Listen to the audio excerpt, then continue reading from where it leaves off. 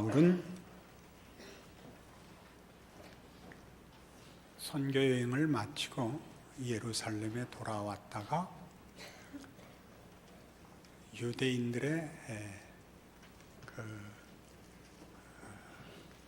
박해와 공격에 몰려 로마 군인들에 의하여 구출을 받은 셈입니다. 그러나 죄인으로 인정되어 그렇게 생각하여 그를 결박하여 가둬놓은 것이었죠. 그래서 무슨 문제 때문에 그러는가 하는 것을 이제 확인하기 위하여 벨릭스 총독 앞에 서게 되었습니다.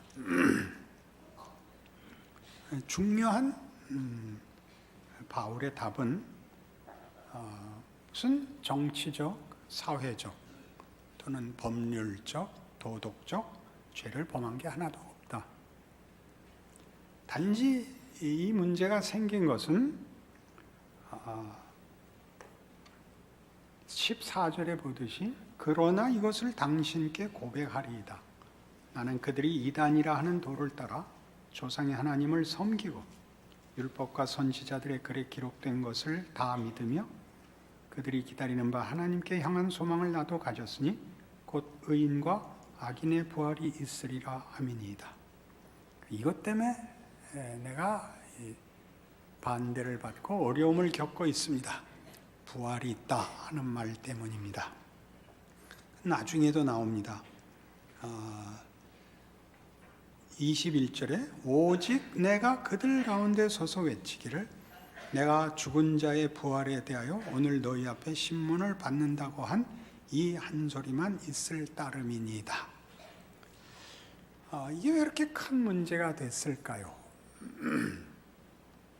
우리는 바울의 이 21장 이후에 로마로 압송되는 그 모든 과정에 등장인물 셋을 봅니다. 하나는 바울입니다. 그리고 그를 대적하는 유대인들입니다. 그리고 권력을 행사하는 로마를 봅니다. 로마는 관심이 없습니다. 이 문제에. 왜 관심이 없을까요? 그들은 권력을 이미 얻은 자고 누리는 자들입니다. 현 세상이 전부입니다. 죽은 다음 이야기는 관심이 없습니다. 유대인들은 뭐가 화가 났을까요? 바울과 같은 전통을 갖고 있는데 그들은 왜 바울에게 화를 냈지요? 우리 다 해왔듯이 그들이 가진 우월감을 바울이 훼손했기 때문입니다. 선민이요, 율법이 있고 성전을 지었는데 그게 아무것도 아니라고 합니다. 다 예수를 믿어야 되는 죄인이고 그래야 하나님의 백성이 되며 그렇게 해야만 될 수 있다고 선언을 합니다. 억울하지요. 우리가 가졌던 모든 것이 아무짝에도 쓸모가 없단 말이냐? 어떻게 하기로 했다고요? 바울을 죽이는 게 제일 쉽죠. 그 싸움이죠. 거기에 바울이 묶여 있습니다. 우리는 이렇게 물어볼 수 있죠. 하나님께서 왜 거기에 답을 주시지 않는가? 그렇죠? 시저를 회개시키고, 아니 우선 여기 벨릭스부터 회개시키고, 유대인들을 다 죽이고, 여기에 이제 답이 내재되어 있습니다. 죽이고, 회개시키고, 라는 강제력을 쓰지 않으십니다. 부활이란 기독교가 가지고 있는 중요한 신앙의 기둥들입니다. 예수로 인한 복음, 예수를 믿는다는 말에는 죄의 용서와 죄인의 승리, 죄인인데도 죄인으로서의 가진 승리가 아니라 죄인이고 심판받아야 되는 자에게 주는 용서를 넘어 그 용서 후에 가져오는 영광을 약속하고 있습니다. 그게 부활이지요. 에베소서 1장에 가보십시다. 신약 성경 310페이지입니다. 에베소 1장 3절부터 제가 읽겠습니다.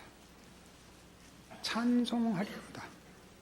하나님 곧 우리 주 예수 그리스도의 아버지께서 그리스도 안에서 하늘에 속한 모든 신령한 복을 우리에게 주시되 곧 창세전에 그리스도 안에서 우리를 택하사 우리로 사랑 안에서 그 앞에 거룩하고 흠이 없게 하시려고 그 기쁘신 뜻대로 우리를 예정하사 예수 그리스도로 말미암아 자기의 아들들이 되게 하셨으니 이는 그가 사랑하시는 자 안에서 우리에게 거저 주시는 바 그의 은혜의 영광을 찬송하게 하려는 것이라. 우리는 그리스도 안에서 그의 은혜의 풍성함을 따라 그의 피로 말미암아 속량 곧 죄사함을 받았느니라.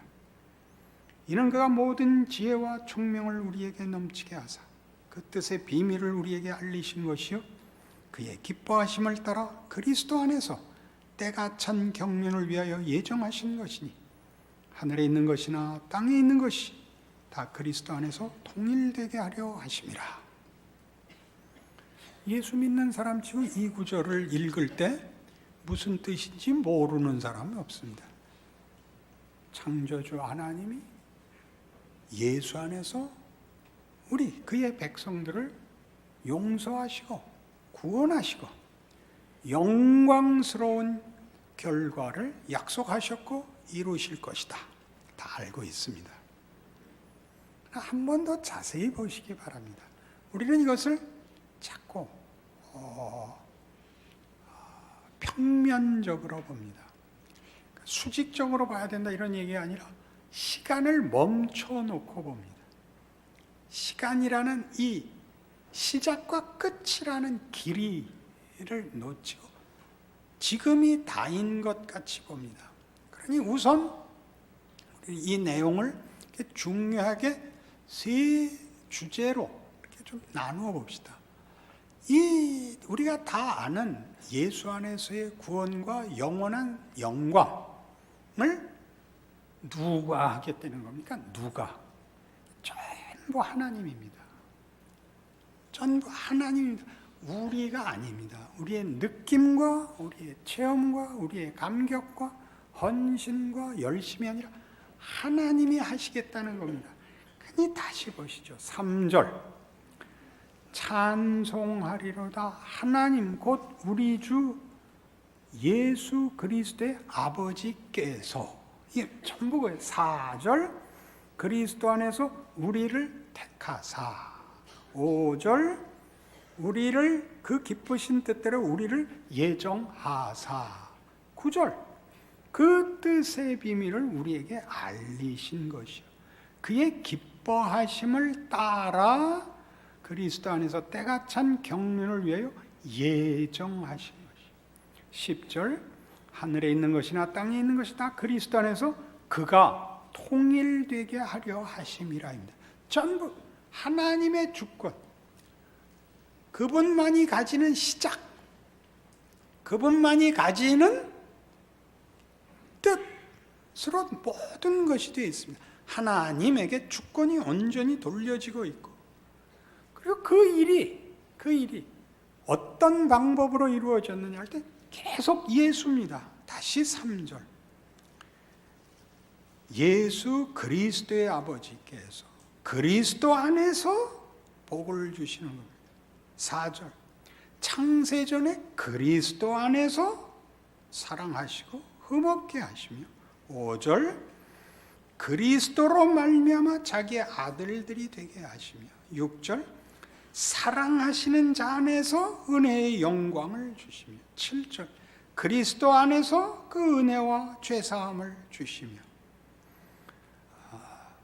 9절 그리스도 안에서 때가 찬 경륜이요 10절 하늘에 있는 것이나 땅에 있는 것이 다 그리스도 안에서 통일되는 것입니다. 그 많은 얘기들 복, 사랑, 아들됨, 은혜, 죄사함, 비밀, 통일이 모두 예수 안에서 이루어집니다. 예수는 하나님의 성실하심의 구체적 증거예요. 그 일을 이루시는 하나님의 의지와 능력에 관한 것입니다. 예수는 누구죠? 죄를 사하러 오신 분이요, 우리의 죄를 씻기 위하여 당신이 우리에게 자기의 목숨을 내어주신 분이요, 우리가 만든 죽음을 반전시켜 영광의 부활을 만드신 하나님의 뜻을 이루신 하나님의 능력입니다. 거기에 뭐가 있다고요? 시간이 있다고요. 시간이. 죄인 된 자와 자기의 죄가 뭔지 모르고 그 죄를 하나님께 고스란히 터뜨린, 그래 예수를 십자가에 못 박은 역사적 사실, 역사적 범죄자, 씻을 수 없고 돌이킬 수 없는 시간 속에서 일으킨 사건이 있고, 그 사건을 모조리 받아들이사 그 죽음을 끌어안아 그것을 새 생명으로 부활로 반전시킨 역사적 기적이 있는 것입니다. 시간 속에서, 시간을 벗어나지 않고 말로 하는 것 아닌, 눈물로 하는 것 아닌, 고함을 질러서 하는 것 아닌, 벼락을 쳐서 한 것 아닌, 고스란히 우리가 아는 식으로 시간과 공간 속에서 우리가 아는 식으로 우리가 고집한 대로 따라와 만들어낸 예수 안에서의 승리 말입니다. 그 얘기를 하는 거죠. 우리는 이미 바울의 행보가 심상치 않음을 보았습니다. 뭐가 위대한 거라 그랬죠? 바울이 위대한 것이 아니라 복음이 위대한 것이다. 왜요? 복음이 뭔데? 하나님이 예수 안에서 우리 모두를 용서하셨다. 그게 복음이죠. 그게 복음이죠. 예수 안에서의 구원. 아무나 오라. 이게 복음이죠. 바울이 위대한 것이 아니라 바울이 들고 다니고 가서 보여주고 외치는 그 내용, 복음이 위대하죠. 그 위대함은 무엇으로 증거가 되죠? 그것이 위대하다는 걸 어떻게 알죠? 역사적 사건, 예수 그리스도의 죽음과 부활, 십자가입니다. 그건 공허한 얘기가 아닙니다. 무슨 다른 어디서든 얘기하는 어떤 고상한 이야기, 어떤 소원, 어떤 치성, 이런 게 아니고 십자가 아닙니까? 이게 이 자체로 무슨 아무 십자가란 막대기 두 개 이렇게 겹쳐놨다 그러면 안 되죠. 뭐라 그럽니까? 이렇게 놓은 겁니다. 그죠? 아무것도 아닌 겁니다. 막대기 두 개를 가로와 세로로 묶은 것입니다. 뭘 가르칩니까? 거기에 무슨 거기에 그 자체로 의미가 있습니까? 막대기 두 개가. 거기에 의미는 그것이 하나의 사건을 가르치기 때문이죠. 거기서 죽으니 예수 그리스도입니다. 그게 바울에게 결정적으로 무슨 증거라고 제시되고 있습니까? 부활입니다. 부활. 하나님이 예수 안에서 우리 모두를 구원하셨습니다. 자신의 회심을 뭐라고 설명하죠? 나는 알지 못했고 소원하지 않았고 기대하지 않은 식으로 주를 만났습니다. 내가 가서 예수를 붙잡은 것이 아니라 주께서 뛰어 들어와 나를 붙잡으셨습니다. 그게 바울이 증언하는 복음입니다. 열심을 내면 받는 보상, 내가 먼저 죄를 씻으면 주는 구원이 아니고 우리가 죄인이었을 때 뛰어들어오시고 붙잡으신 하나님의 능력과 은혜의 손길을 말하는 것입니다. 그러니 바울은 고함 지르지 않습니다. 왜 안 지른다고요? 지금 이기는 싸움이 아니라 예수 안에서 하나님이 그리하셨던 것처럼 주님 다시 오시는 그날 모두의 승리를 위하여 지금은 일하는 때다. 하나님이 일하고 계시다. 내가 그 일에 부름을 받았다. 그러니 정말 밋밋하게 하는 겁니다. 붙잡히면 잡히고 맞으면 터지고 기회가 있으면 얘기하고 울고 호소하고 간절하고 이런 쇼가 없습니다. 바울하고 이제 천국 가서 만나긴 글렀죠. 너 나한테 그럴 수 있냐? 그러면 도망 다닐 작전입니다. 사실이 그렇습니다. 복음은 더 이상 우리가 뭘 갖다 붙일 것도, 거기다 우리의 힘을 보탤 것도 없습니다. 요한복음 5장에 가시면 41절 이하에 주께서 친히 이런 말씀을 하십니다. 나는 사람에게서 영광을 취하지 아니하노라. 다만 하나님을 사랑하는 것이 너희 속에 없음을 알았노라. 나는 내 아버지의 이름으로 왔음에 너희가 영접하지 아니하나 만일 다른 사람이 자기 이름으로 오면 영접하리라. 너희가 서로 영광을 취하고 유일하신 하나님께로부터 오는 영광은 구하지 아니하니 어찌 나를 믿을 수 있느냐. 이거 여러분 44절을 이해하시겠어요? 예수의 영광은 구하지 않습니다. 하나님께로부터 오는 영광은 우리가 구하지 않으므로 뭘 모른다고요? 예수를 믿을 수가 없습니다. 예수는 뭔데요? 보이는 영광이 아니라고요. 기독교란 보이는 것으로 증명되지 않습니다. 예수를 믿으면 어떻게 복인가를 하나님이 증거하기 위한 여러 가지 표적을 쓸 수 있습니다. 병이 나을 수 있고 귀신이 쫓겨갈 수 있고 가난한 자가 부자가 될 수 있고 하는 표적들은 주시지만 예수님이 그리하셨던 것처럼 예수님의 생애에 많은 기적이 있었지만 자기의 책임을 면제받는 기적은 없습니다. 그는 죽으셔야 되는 겁니다. 그러니까 백성들이 놀랬던 것은 죽은 자를 살리고 바다를 잠잠케 하는 이가 왜 죽냐는 싸움이었지 않습니까? 네가 하나님의 아들이거든 내려와 보라였잖아요. 바로 그 얘기를 하는 겁니다. 내가 하나님의 아들이라서 이 길을 간다죠. 기독교 역사 내내 큰 시험입니다. 예수를 믿으면 승리한다. 그 승리가 무슨 승리입니까? 보이는 승리죠. 밤낮. 예수 믿어서 좋은 학교 간 거, 예수 믿어서 좋은 직장 가진 거, 예수 믿어서 헌금 많이 한 것, 예수 믿어서 무슨 선한 일 많이 한 것, 그게 잘못됐다는 게 아니라 그건 기독교의 본질이 아닙니다. 본질은 예수의 죽으심입니다. 우리는 기도할 수 있고 복을 받을 수 있고 가질 수도 있고 뺏길 수도 있는데 우리는 늘 은혜 아래 있고 복 아래 있고 하나님의 자녀라는 명예 아래 있다는 것을 아는 겁니다. 억울할 수 있는 겁니다. 바울은 억울합니다. 비분강개하지 않습니다. 사도행전의 마지막 부분이 이렇게 시시한 이유는 시시하다는 건 여러분의 이해를 위해서 하는 겁니다. 시시하지 않습니다. 무시무시하죠. 거기는 그게 십자가의 길입니다. 영광의 길이요 능력의 길이요 하나님의 기쁘심의 길입니다. 그러나 시시해 보이죠. 하나님이 이를 기다리시는 것을 가장 우선하시기 때문입니다. 기다리십니다.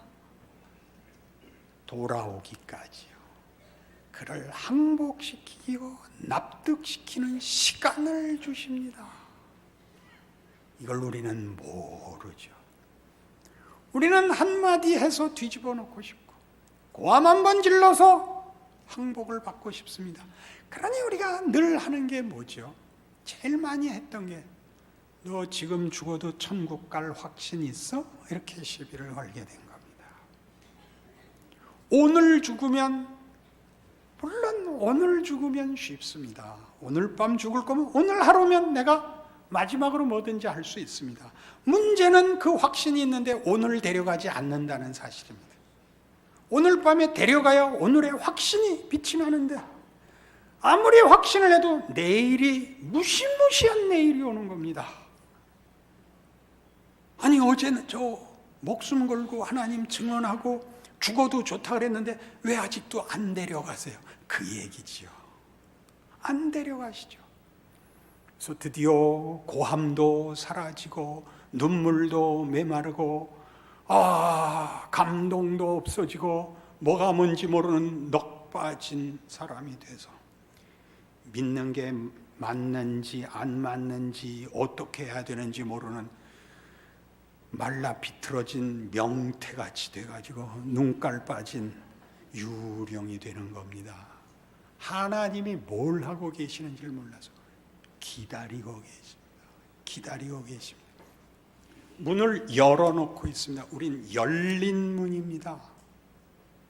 바람이 불면 그래서 삐걱대는 묶어놓지 않은 문입니다. 언제 돌아와도 좋다. 열어놓은 문이죠. 그래서 늘 바람에 흔들려 삐걱거리죠. 저놈의 문을 떼어버릴까? 잠궈버릴까? 못을 박을까? 그게 더 쉽지. 이 덜컹거리는 것 때문에 스스로 죽겠는 겁니다.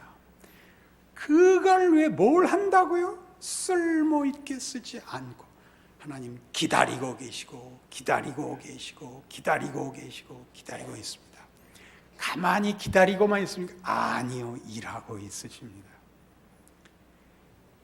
답 없는 세상, 거짓말뿐인 세상에서 우리가 지쳐 절망해 드디어 깊이 물어보는 자리까지 인도하십니다.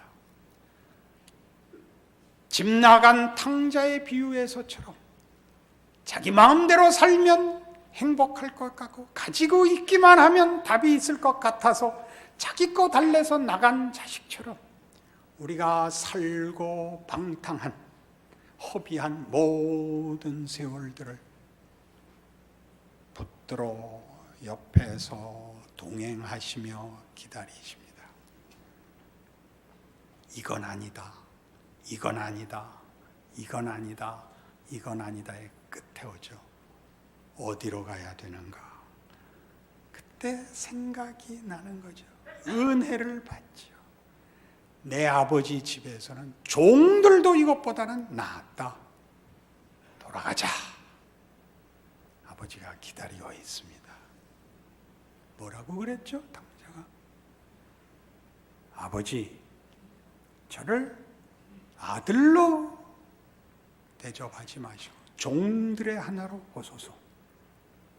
무슨 소리냐? 얘들아, 소를 잡아라. 이 이야기에서 제일 억울한 존재는 누구입니까? 소입니다. 아들이 돌아오는 바람에 소가 죽어버렸습니다. 소를 잡아라. 신발을 신겨라.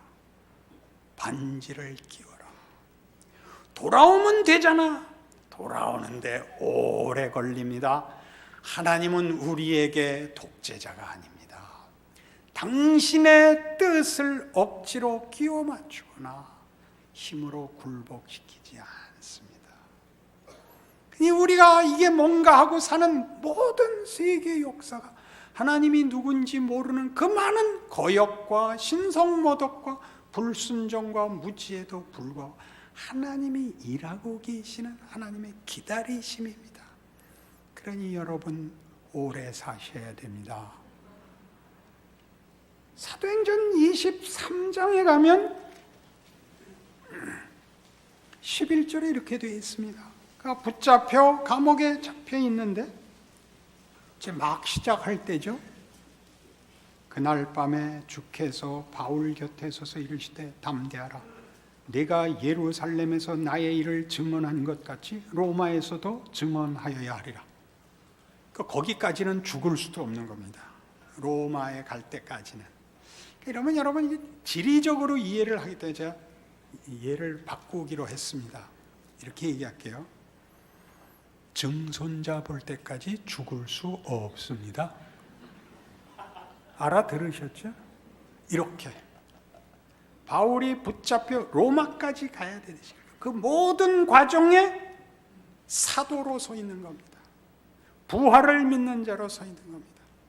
아무것도 아닌 자 같으나 모든 것을 가진 자로서 영광과 욕됨으로 말미암는 자리를 지키는 겁니다. 죄수로 가는 겁니다. 죄수로. 아무도 그가 누군지 모릅니다. 하나님이 그와 함께 일하십니다. 언제까지요? 증손자 볼 때까지. 그러니까 오래 사십시오. 일찍 쉽게 도망갈 생각일랑 뿌리를 뽑으십시오. 빌립보서 1장에 성경에 있는 얘기니까 오늘 목사님이 이상하게 공갈을 치신다 그러지 마시고 317페이지 빌립보서 1장 12절 형제들아 내가 당한 일이 도리어 복음 전파의 진전이 된 줄을 너희가 알기를 원하노라. 이러므로 나의 매임이 그리스도 안에서 모든 시위대 안과 그 밖의 모든 사람에게 나타났으니 형제 중 다수가 나의 매임으로 말미암아 주 안에서 신뢰함으로 겁없이 하나님의 말씀을 더욱 담대히 전하게 되었느니라.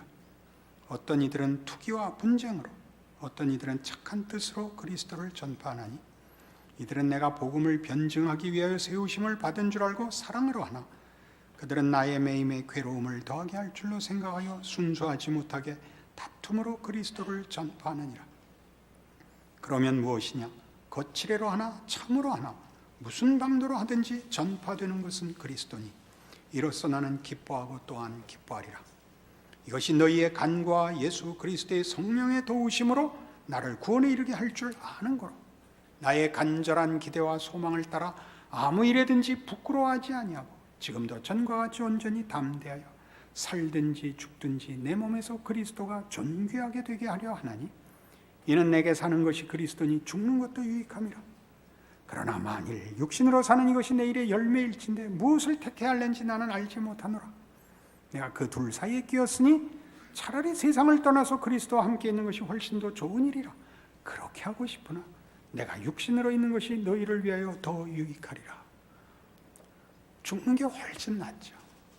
죽는 게 훨씬 난데 살아서 하나님 일 하시는 거 순종해야 된다.